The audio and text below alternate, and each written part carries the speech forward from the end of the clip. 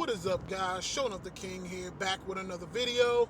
So this morning I am very, very excited. So last night I sent out this poster that you guys see in the background for the Dragon Ball Super movie that's premiering in December. And this is going to be a worldwide release. So this is something that's going to be coming out in Japan and in the United States around the same time, which is unheard of for, Dragon Ball. And now we know that it's been officially confirmed by Akira Toriyama himself that this will be the Dragon Ball Super movie Broly. Now, for those who don't know, Broly was a character that was never really canon. Like, he's always been in the Dragon Ball Z, history, but he was never really canon. And for those who don't know what canon means, canon basically means that his character, as far as the storyline is concerned, is not real. He's not a part of the official Dragon Ball canon. He was a character that was created for movies only. He's had 3 movies, but again, he was never in the manga and he was never in the anime, so which means he was not in the real timeline. So this is actually going to change. So originally, Akira Toriyama did not create Broly. He had some hand in his actual creation, but didn't actually design the character. So this is going to be Akira Toriyama's own interpretation of Broly himself.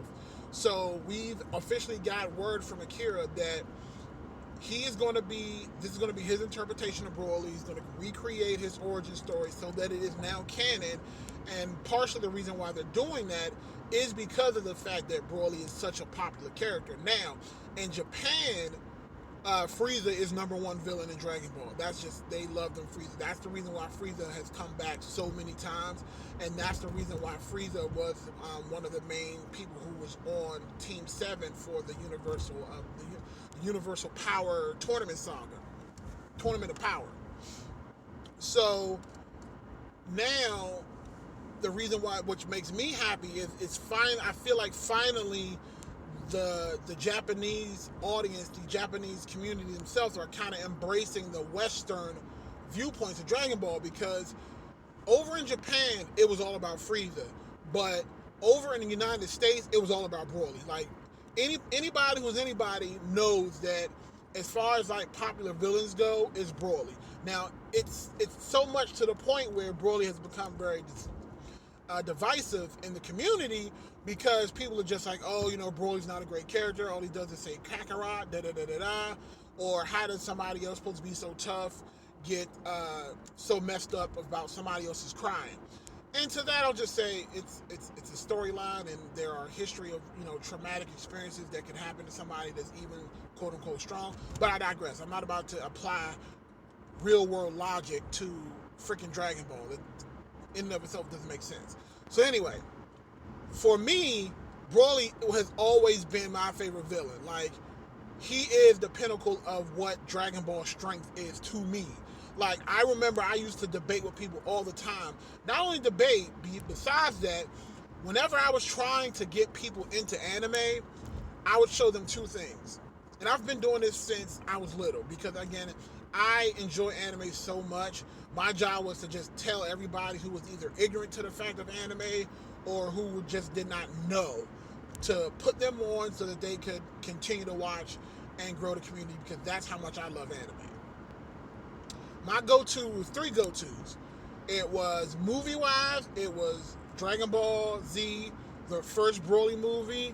It was Street Fighter 2, the animated movie, that Chun-Li versus Vega fight. And of course, it was Ninja Scroll. So those were the trifecta of putting people on the anime back then.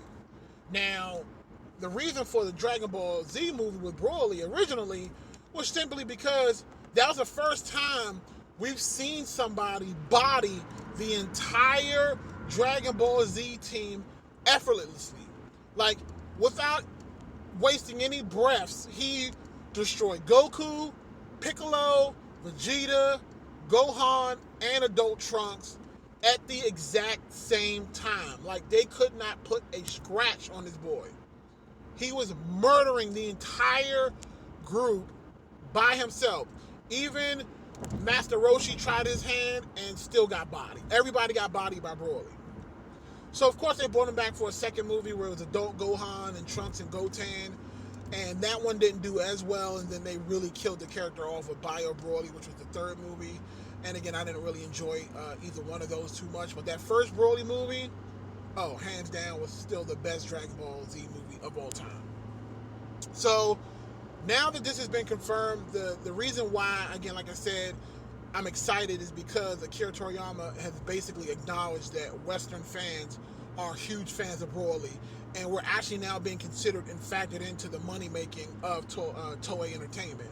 So that to me is the bigger story there. The fact that he kind of shouted out the Western audience, I feel like we haven't gotten that before.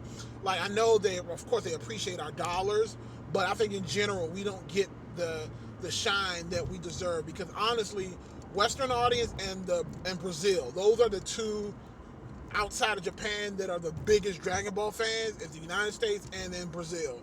Nobody else beats us, period. Now, I hope that when this movie comes out that the fan base doesn't try to bootleg it and you guys go out and support this movie. I know there's going to be a lot of people upset and saying, I wanted a new character, I didn't want Broly. Screw that. If you're telling me that I'm about to get Broly that's now canon, screw everything else. I'm about to get Broly that's canon. So now you have no idea what that can do for the show going on into the future, where we have a canon Broly. A canon Broly. This makes me so happy, and this makes me even more excited that I'm going to Otakon this year, and I'm going to get that Otakon exclusive Tamashii Nations Broly, and I am going to hold on to that sucker forever.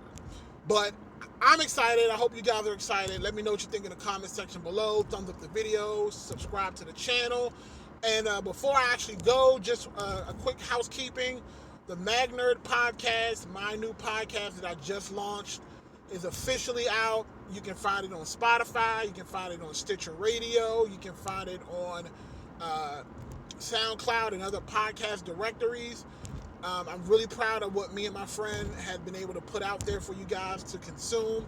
I hope you get an opportunity to actually listen to it. And if you do and you enjoy it, subscribe to the channel, thumbs up the video, and leave a positive review of 5 stars or more. That will help spread the podcast out further and help our audience grow.